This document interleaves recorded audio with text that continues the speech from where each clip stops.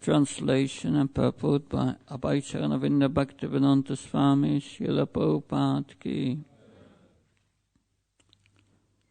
On hearing Sutta Goswami speak thus, Saunaka Muni, who was the elderly, learned leader of all the rishis, engaged in that prolonged sacrificial ceremony, congratulated Sutta Goswami by addressing him as follows. Purport.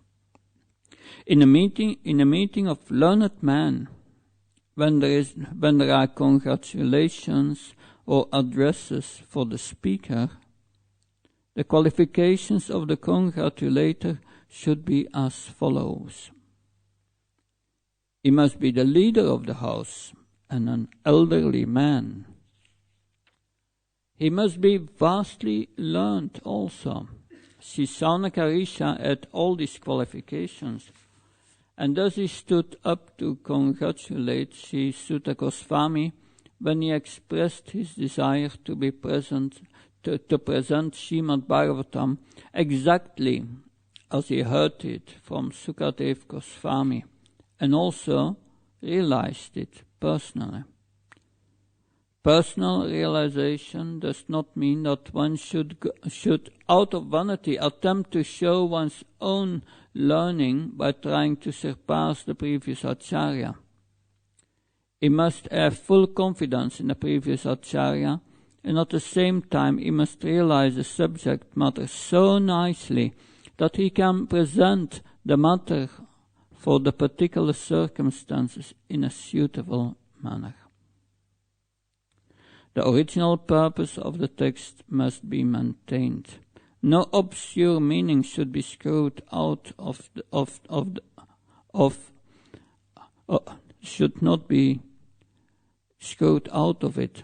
Yet it should be presented in an interesting manner for the understanding of the audience. That is called realization.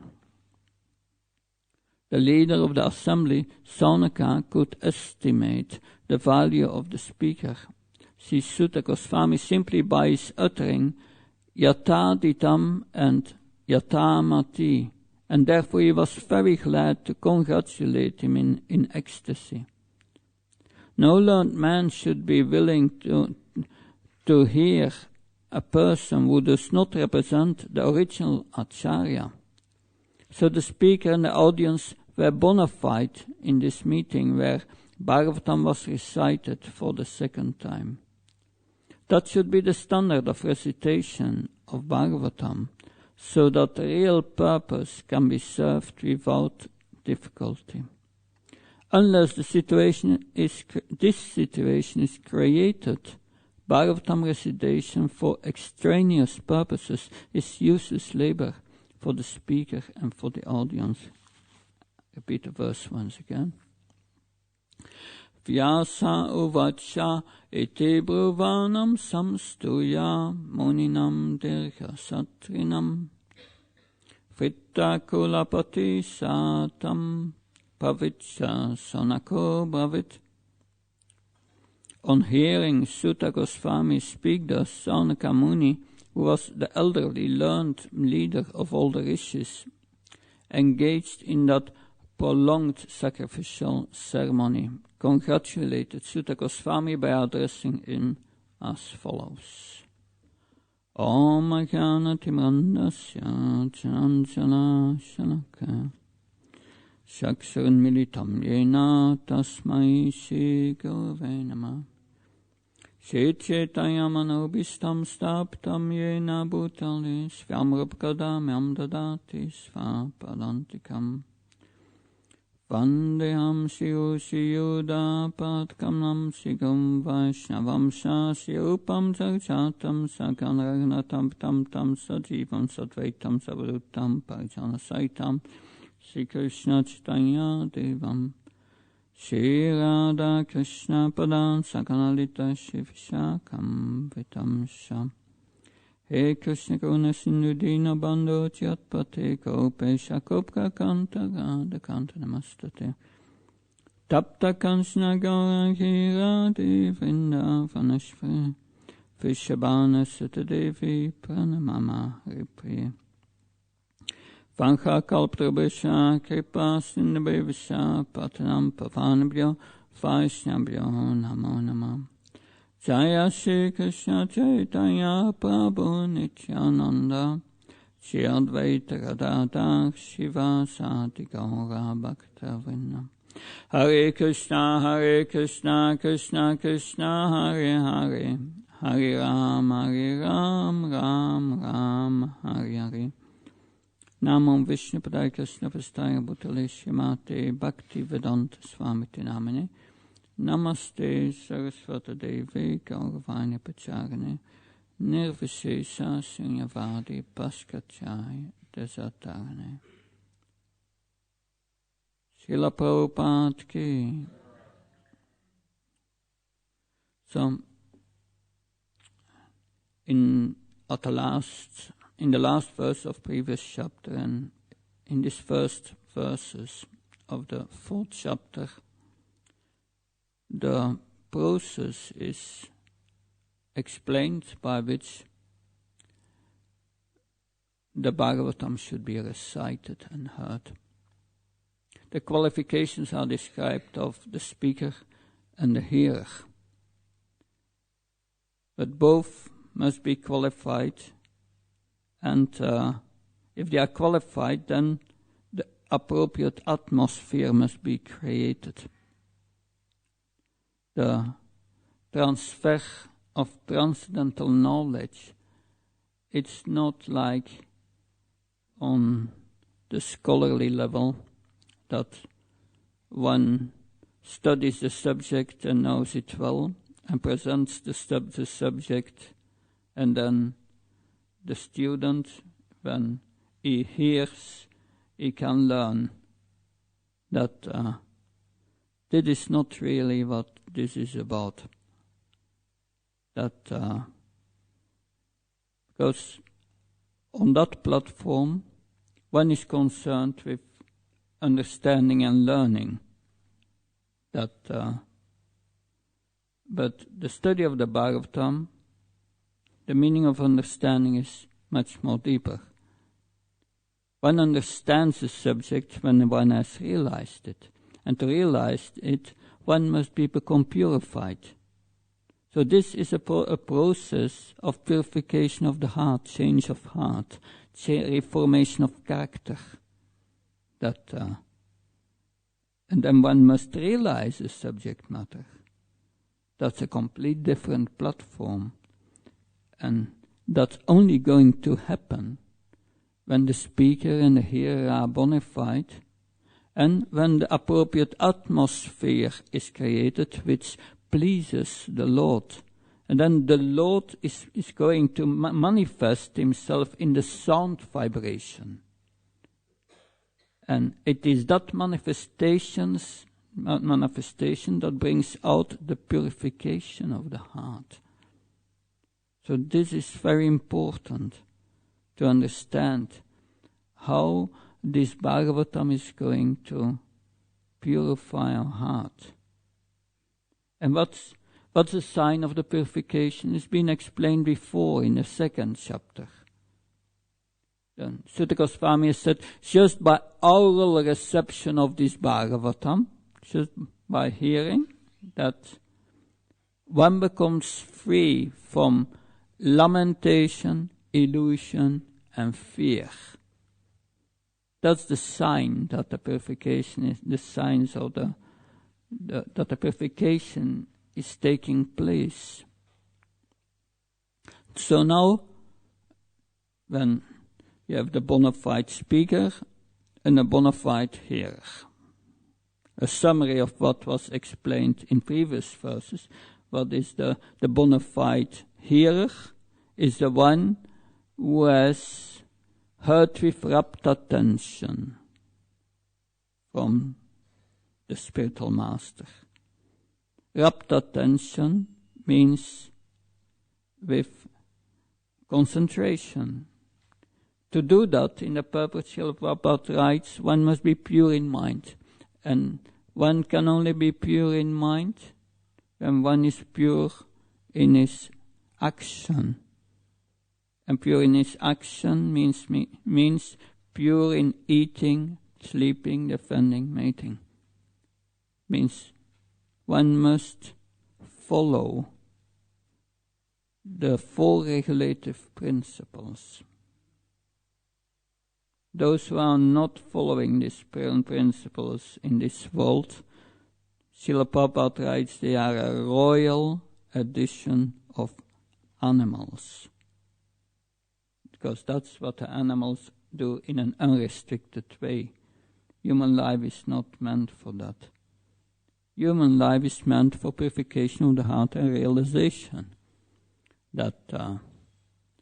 So the hearer must hear with rapt attention and pure in mind, or as pure as we can. That in the beginning is not easy, that a lot of hankering and lamentation is in the mind, but at least we should follow the basic principles of religion, and follow the four regulative principles.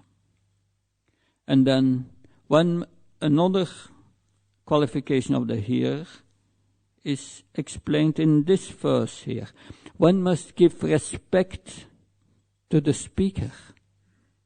That's very important. Without that respect, then this transfer of realization will not take place.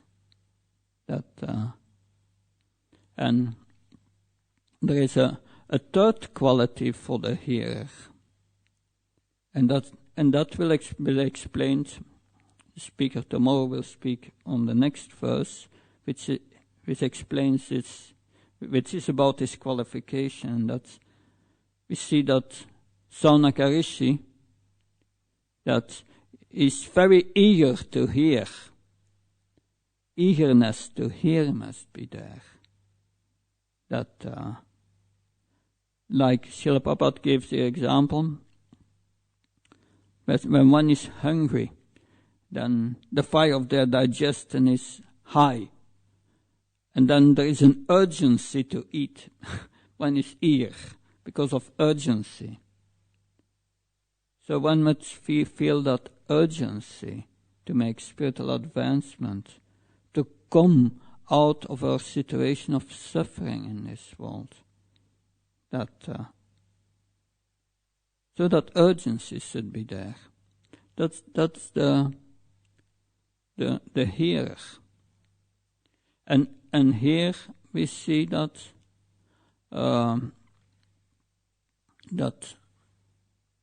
Saunaka Rishi is the leader, is elderly, and is vastly learned.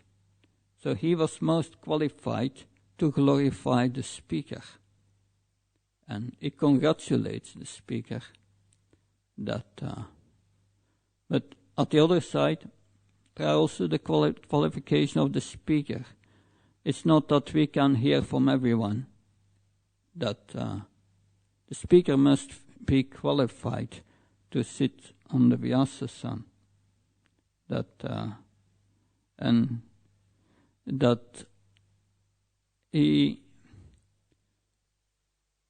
The speaker must have some personal realization, because it's a transfer of that realization that has to take place.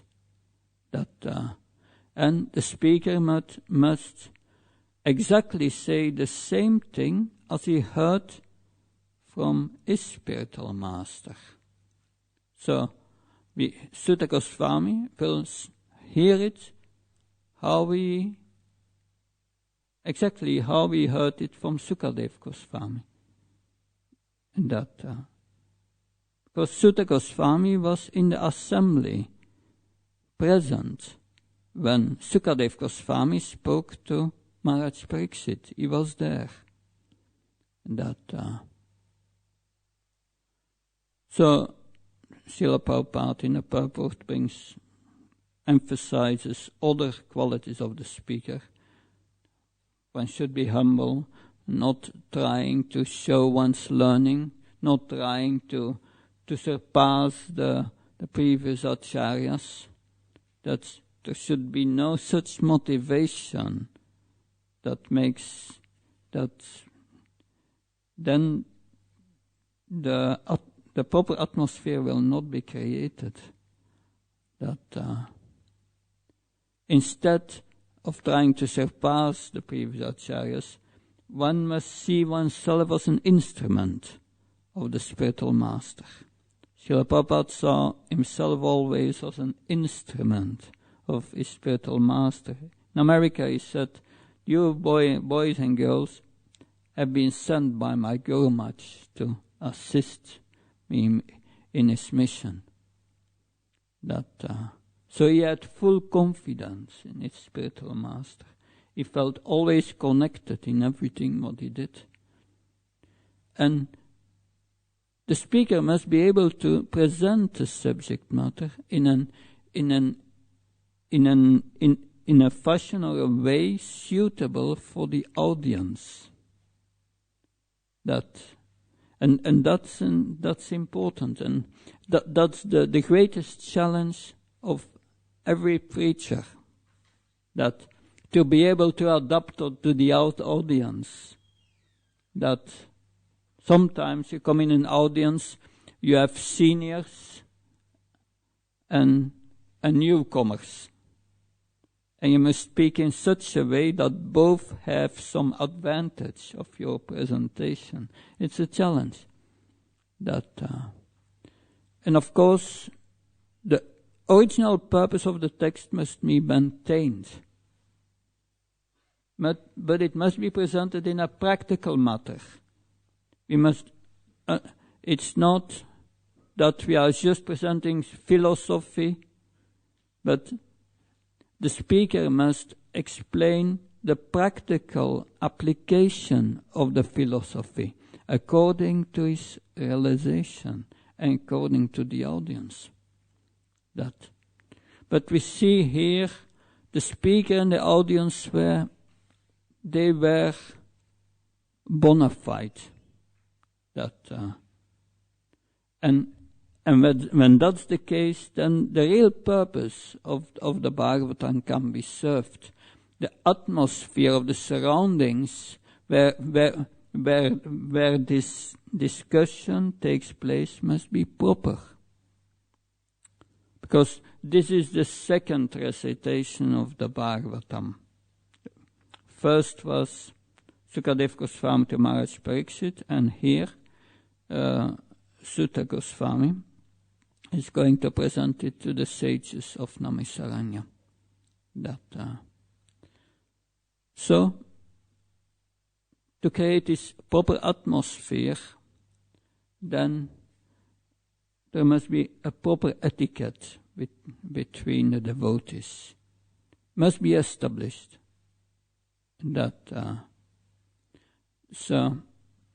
Because even the greatest knowledge will, if presented, it will not have an effect when this Vaishnava etiquette is neglected.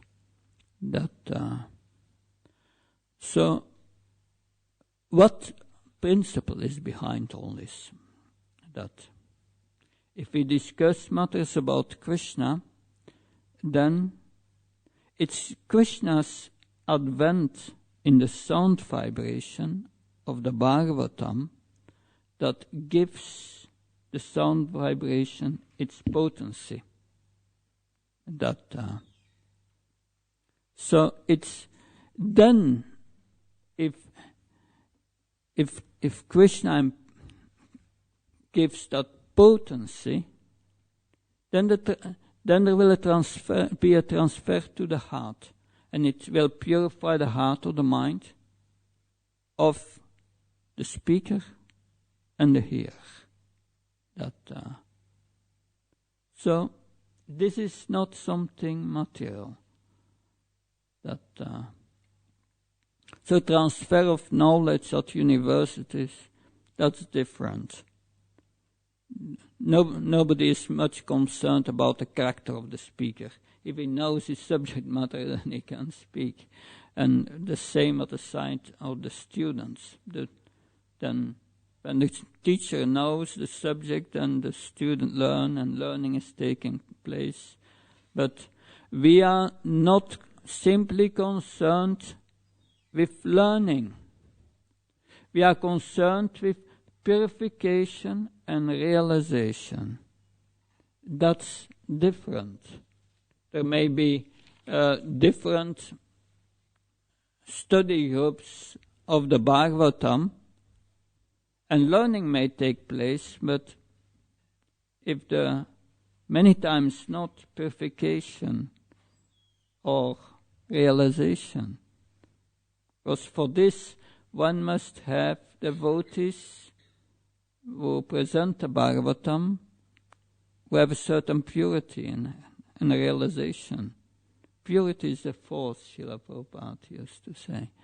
That therefore it's not just I'm going to read Srila Prabhupada's books and that's sufficient. It will help one to understand the subject matter to a certain level, but to get a purification and realization, it must be done in association of devotees. And this atmosphere must be created. So in study groups of the Bhagavatam or Bhagavad Gita, purification and realization is not necessarily there.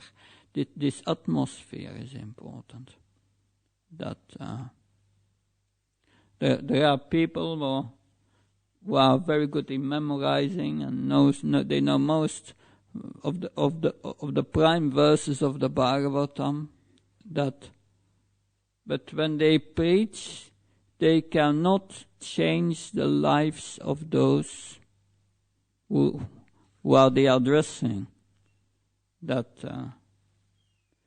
And we know sometimes Gurukula boys, 5-6 years old, they can convince others to change their lives. So it's not just about memorizing or learning. It's deeper. The purification, the realization that Krishna is present in every syllable of the Bhagavatam, but he becomes only manifest in it if we understand the principles explained in these verses. Very important. It means following Vaishnava etiquette, but this etiquette it's also an internal etiquette. Having that favorable respect towards the speaker, be humble, so then Krishna is pleased and he agrees to manifest himself. So what is the etiquette required here? First, the speaker, he must see himself as a humble servant of the previous acharyas. He should not think I have greater realizations than the previous acharyas. He must see himself as an instrument. So this is an internal form of etiquette. So before speaking of the Bhagavatam, we ask the blessings of all those who are senior and more advanced. And we pray to Srila Prabhupada. That's one thing I learned in the years, that you give a lecture, first you pray to Srila Prabhupada, because without his blessings, nothing we can say.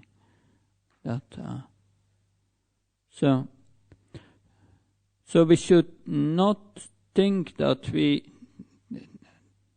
have the right to speak this transcendental knowledge without the blessings of the previous acharyas.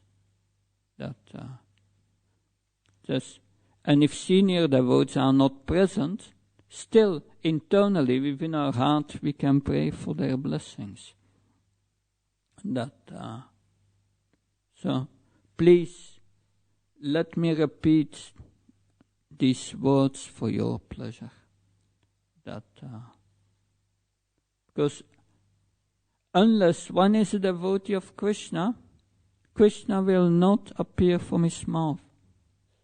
That a speaker should not speak for his own profit, adoration, distinction, reputation. No. That one must speak just to please the previous acharyas. That just to speak to benefit all living entities.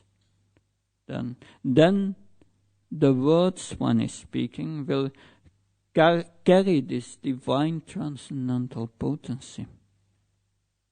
And then that will change people's life. And the hearer must be eager to hear. And we can pray for this eagerness. And the hearer is willing to offer respect to the person who is speaking. That's what happens then. When we hear in that mood, then the Paramatma Krishna is in our heart, and he opens our heart so that this message can enter and realization can take place. So Vaishnava etiquette is an internal meditation. How we approach devotees. So this is the beginning of this fourth chapter. In this fourth chapter, you have different sections. Here, Saunaka Rishi is first glorifying Sutta Goswami, and then is humbling, requesting, and please relate us this message of the Bhagavatam. And then he's asking questions. And these questions, the answer to these questions, that's the Bhagavatam. That's all what follows is answers to these questions. His first question is, why did Srila Vyasadeva compile the Srimad Bhagavatam?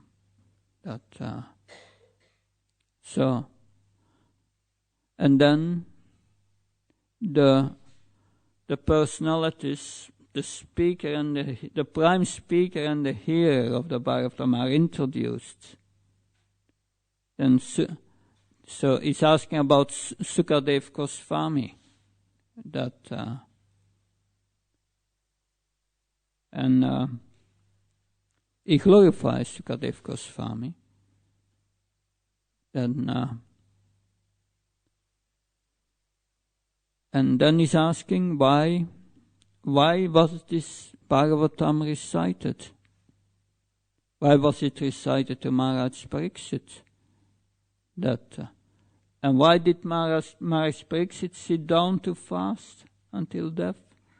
That he was a shelter of all his citizens, and now he's giving that up. Why? And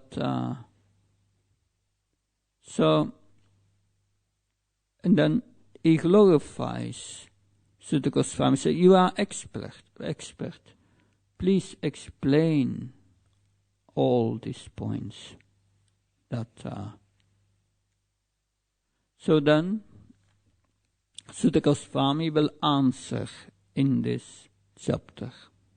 That if he will first speak about the birth of Vyasadeva, the son of Parasar, and his mother was Satyavati. He will describe Vyasadeva, how the place where he was residing in Badarikashram,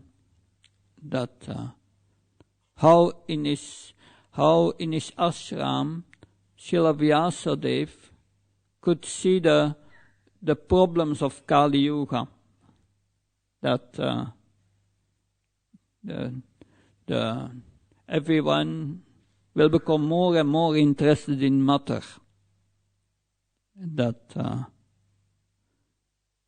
And therefore he felt compassion. Was thinking they have a reduced duration of life. They are always disturbed. They are lack of the mode of goodness. How to help them? And therefore he describes sacrifices mentioned in the Vedas. And he wrote all the Puranas. It's called the fifth Vedas. He divided the Vedas in 4 parts. The Rig, the Atharva, the Sama, and the Yajur Veda. Originally it was one Veda, but he was dividing it because the sages influenced by Kali Yuga, could not remember the whole Vedas. So he was divided it. He was presenting the Rig Veda to Paila Rishi, the Sama Veda to Jamina Rishi, the Yajur Veda to Vasampayan, and the Atharva Veda to Angira Muni. And all these sages, they had their disciples, and their disciples got different parts of these Vedas, of each Vedas, sections. So to preserve it in Kali Yuga, he was dividing it. And Ramaharsa Sanasutta was the father of Sutta Goswami. He compiled the Puranas, became specialized in the Puranas, So you have all this division of the Vedas, and he wrote also Mahabharata out of compassion for the Sudras, in Kali Yuga. Everyone is born Sudra. So by hearing the stories in the Mahabharata, he could learn the religious principles. So Srila Vyasadeva did all that, but then he felt still dissatisfied. He was reflecting, I wrote the Mahabharata, I followed all vows, worshipped the Vedas, but I'm feeling still incomplete. And then he was reflecting, why am I not satisfied? And then one thought came up in his mind. He said, maybe it's because I did not specifically point out to the devotional service of the Lord. He was just thinking that, and at that moment, his spiritual master appeared, Narada Muni. And Narada Muni will address that dissatisfaction in the heart of Srila Vyasadeva. Because when Srila Vyasadeva saw his spiritual master immediately, he offered his respect. And Narada Muni, without introduction, without speaking first, or how are you, or whatever, or what's your problem? No, mystically, immediately he was addressing the dissatisfaction in the heart of Srila Vyasadeva. He said, are you only concerned with the body and the mind? You forgot about the interest of the soul. You did not sufficiently describe the devotional service to the Lord, because that's the activity of the soul. You did a great work, he said. You described all these Vedas and these sacrifices, We have been concerned with Dharma, Artha, Kama, Moksha. 4 materialistic goals. Having a religious life for sense gratification. Artha, how they can get wealth,